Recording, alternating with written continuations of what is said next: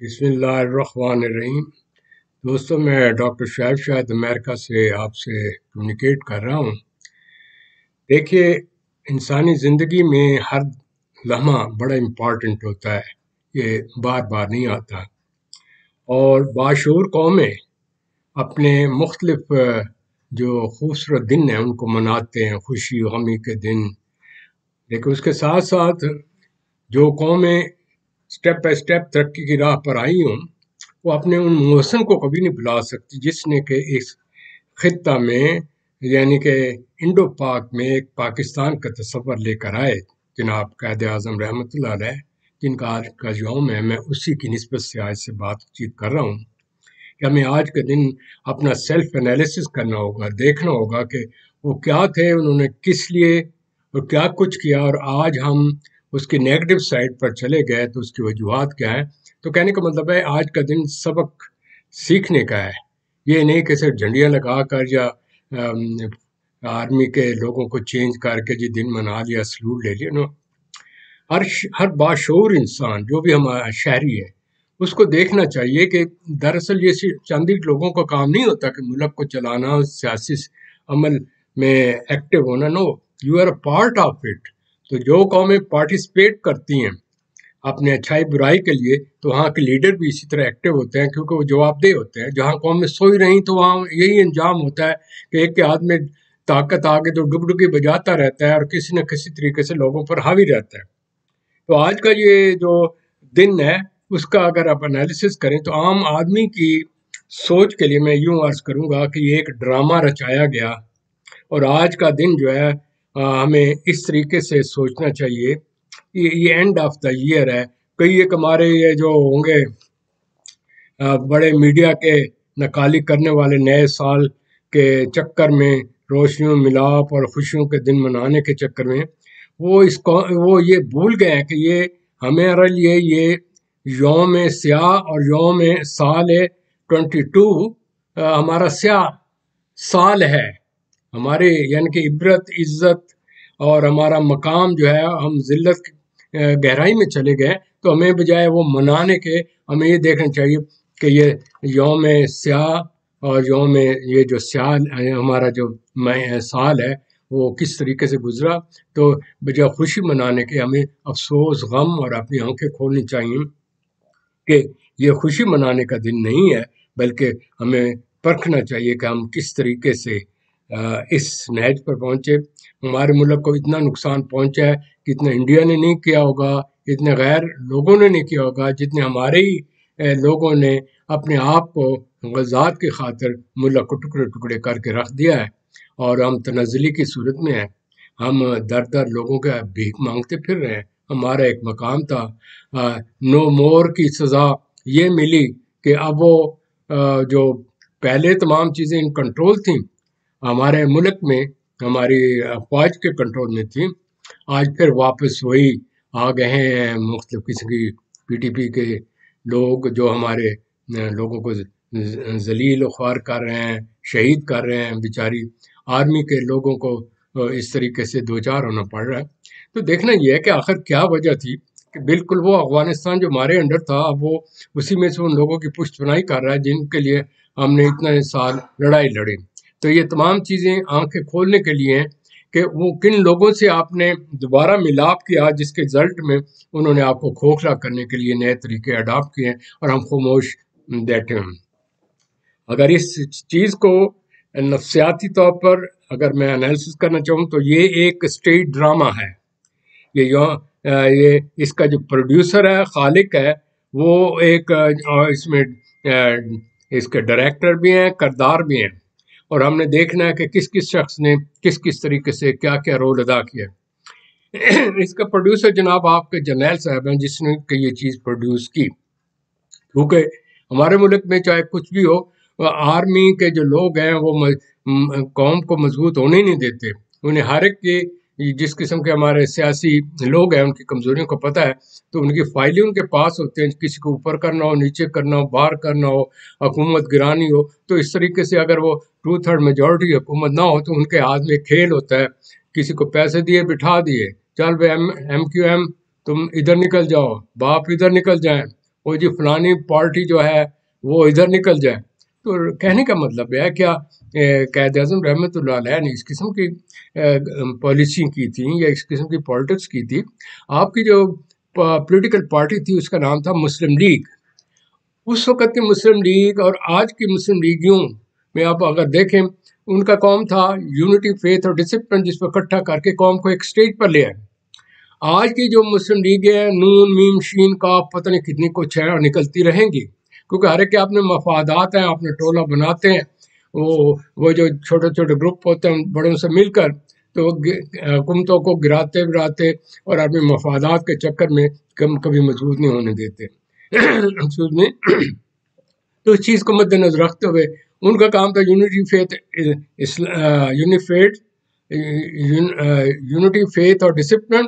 ان کا کام ہے کھاؤ کھلاؤ اور غاصبانہ حملہ کر کے چھا جاؤ. تو دس از دا ڈفرنس بٹوین دیم. تو یہ آپ دیکھ رہے ہیں یہ اسی قسم کا ہے.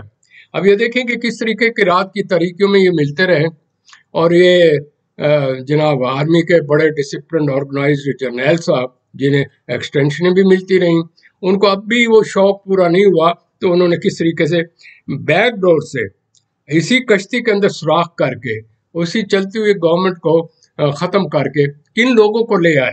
کبھی سوچا آپ نے اس کے کردار کیا ہیں، اس کے مورے کیا ہے؟ اس کے مورے میں آپ جو ڈائریکٹر اس کا ہے وہ ایک غدار وطن آئی میں سے یو کے میں بیٹھا ہوا ہے، یہ اس کا ڈائریکٹر ہے اس ڈرامے کا. اور اس کے مورے کون کون سے ہیں؟ وہ چاپلوسی لوگ پی پی کے، وہ آئی میں سے پی ایم ایل این یعنی کہ مسلم لیگ صاحب کے جو لوگ ہیں وہ لوگ ہیں جن کا ایک بزنس ہے. They came from the business, they run the business and they are running the business. اور کوئی ان کو پوچھنے پچھانے والا نہیں، کیونکہ ان کے ہاتھ لنکس پیچھے سے آرمی سے ملے ہوتے ہیں، موقع مال کے حساب سے ان سے جوڑ توڑ کر لیتے ہیں. اور اب بھی کسی کو گرانے بٹھانے میں وہی طریقہ کار بیک ڈور کا چل رہا ہے اور یہ چلتا رہے گا تا وقت کہ 2/3 میجورٹی کی کوئی باشعور پڑھا لکھا اور گریٹ وین کا لیڈر آئے تو وہ ان کو کنٹرول کر سکتا ہے. جو اس قسم کا لیڈر ہوگا وہ کبھی یہ برداشت نہیں کر سکیں گے. اس کے لیے وہ ہر طریقہ کار استعمال کریں گے، جس طرح آج کل ہو رہا ہے اس ڈرامہ میں کہ کوئی نہ کوئی طریقے سے مارو یا اس کو دباؤ یا مقدمے کھڑے کر دو فضول کے، اور ان چیزوں میں اتنا جائے رکھو کہ وہ جو رائٹ ڈائریکشن ہے جس کے لیے وہ کچھ کرنا چاہتا ہے نہ کر سکے.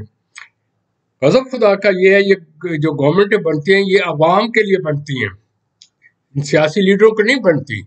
وہ ایک دفعہ آ جاتے ہیں، میں کئی دفعہ پروگرام بتا رہا ہوں، اس کے بعد وہ عوام کو بھول جاتے ہیں. اب وہاں کہتی ہے عوام کہ ہم ان لوگوں کو نہیں لینا چاہتے، اور ان کا حال یہ ہے کہ وہ دوبارہ الیکشن نہیں ہونے دیں گے. کیا عجیب و غریب ڈیموکریسی، نہیں کسی دنیا میں ایسی ڈیموکریسی نہیں دیکھی.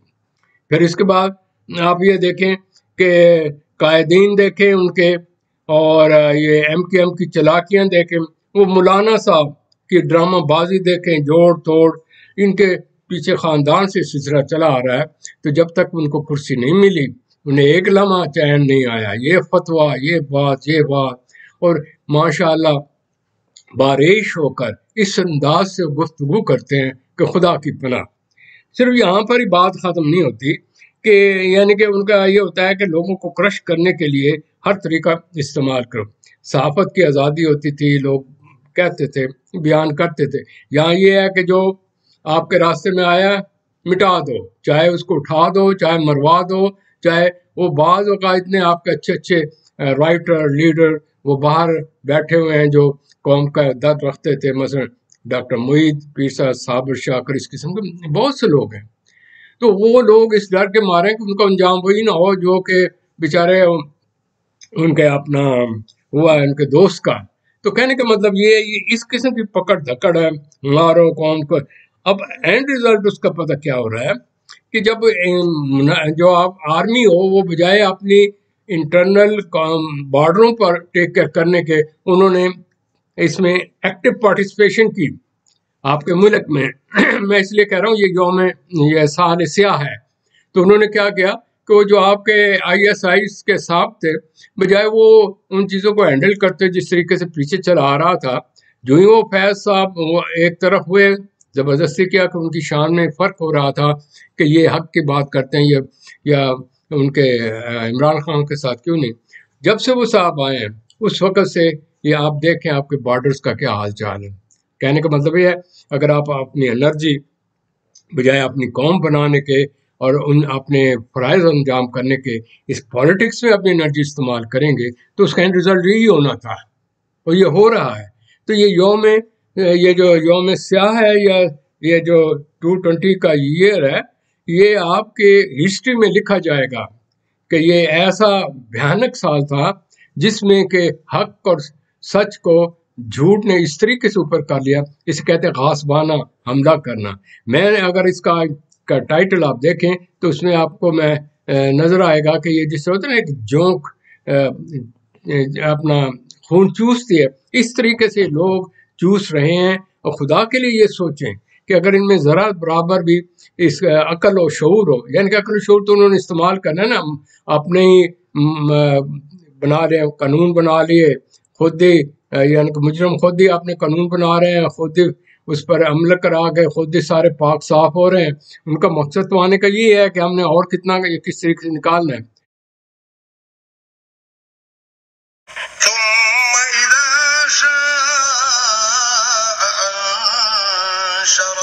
جب چاہے گا اسے اٹھا کھڑا کرے گا.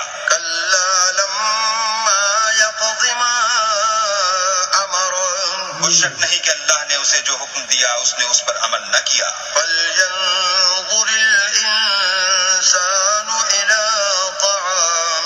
تو انسان کو چاہیے کہ اپنے کھانے کی طرف نظر کرے.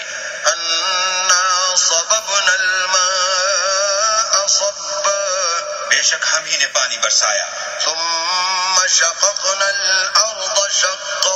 پھر ہم ہی نے زمین کو چیرا پھاڑا.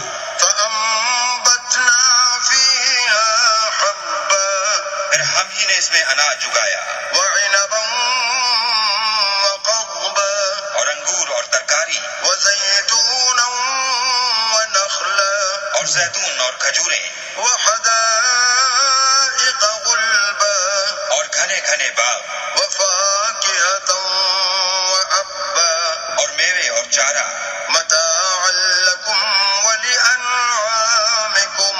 یہ سب کچھ تمہارے اور تمہارے چارپائیوں کے لیے بنایا.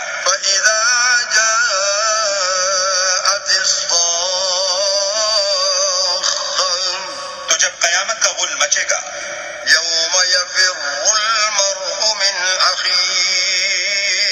اس دن آدمی اپنے بھائی سے دور بھاگے گا. اور اپنی ماں اور اپنے باپ سے. اور اپنی بیوی اور اپنے بیٹے سے.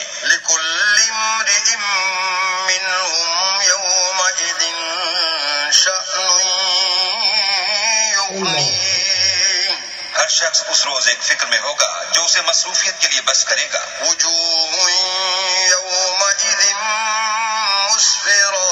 اور کتنے منہ اس روز چمک رہے ہوں گے.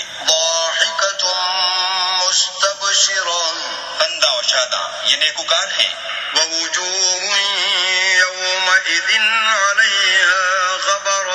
اور کتنے منہ ہوں گے جن پر گرد پڑ رہی ہوگی. اور سیاہی چڑھ رہی ہوگی.